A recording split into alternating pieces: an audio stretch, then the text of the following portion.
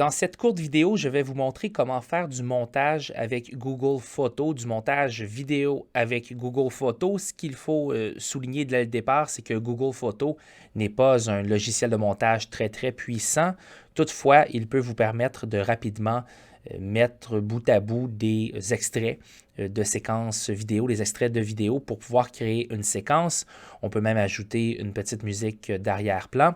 Et ce qui est bien avec Google Photos, c'est que vous pouvez installer l'application mobile sur votre téléphone et ensuite, quand vous avez du Wi-Fi, les images, qu'elles soient photos ou vidéos, qui se trouvent sur votre appareil, vont être sauvegardées et synchronisées avec votre compte Google Photos, ce qui vous permet ensuite de faire du montage soit sur l'application mobile ou encore sur Internet directement dans votre navigateur, en l'occurrence ici Google Chrome.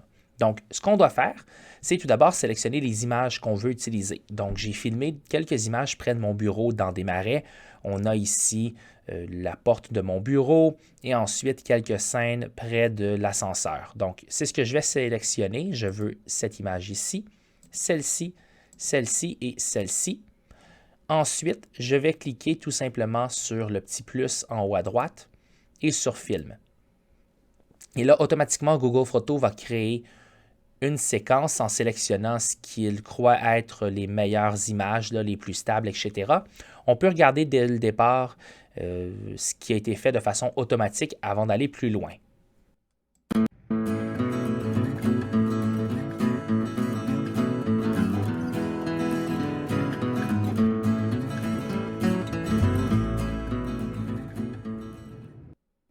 Bon, déjà pas mal.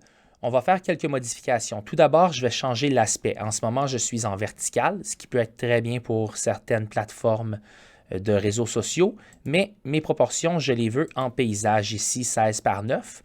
Bon, là, on voit que c'est un peu pixelisé. On est en mode prévisualisation. Ce sera beaucoup mieux une fois que Google Photos aura fait le rendu de la vidéo. Et je veux enlever la musique d'arrière-plan. Donc, je vais cliquer sur modifier la musique ici et mettre aucune musique. Ensuite, on peut modifier chacun des plans en cliquant sur les trois petits points pour venir désactiver le son seulement pour l'un des extraits, etc. Et on peut cliquer pour déplacer. Si on regarde ici, j'avais cette image au début qui bouge un peu. Je vous recommande toujours d'utiliser un trépied. Celle-là est beaucoup plus stable.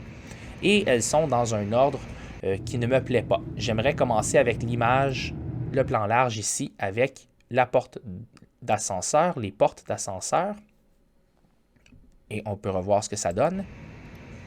C'est bon, c'est somme toute assez stable. Ceci bouge beaucoup. Donc, je vais l'arrêter et je vais venir ici sélectionner peut-être un bout qui bouge un peu moins. Tiens, vers la fin, ici, c'est un petit peu plus stable. Et là, je vais y aller avec un 2-3 secondes. Encore là, c'est un logiciel vraiment basique. Là, on ne fait pas beaucoup de modifications. C'est un logiciel très simple, mais ça peut nous permettre, si on est par exemple sur les lieux d'une collision, sur les lieux d'un incendie, de prendre un petit peu d'image, de mettre tout ça bout à bout et d'alimenter une vidéo à la salle des nouvelles. Donc là, c'est beaucoup mieux comme ça et les plans à la fin. Alors, on va revisionner depuis le début.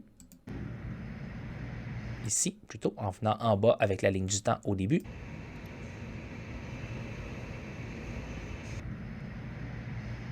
C'est déjà beaucoup plus stable. Encore là, on filme à main levée quand on est sur les lieux d'un accident, d'une collision, les lieux d'un incendie.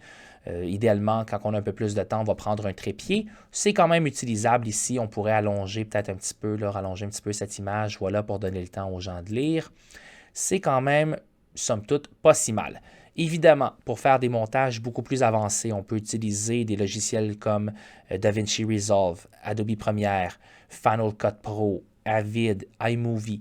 Je suis familier avec plusieurs de ces outils, alors si vous avez des questions, n'hésitez pas. Vous n'êtes pas obligé d'utiliser Google Photos pour vos travaux.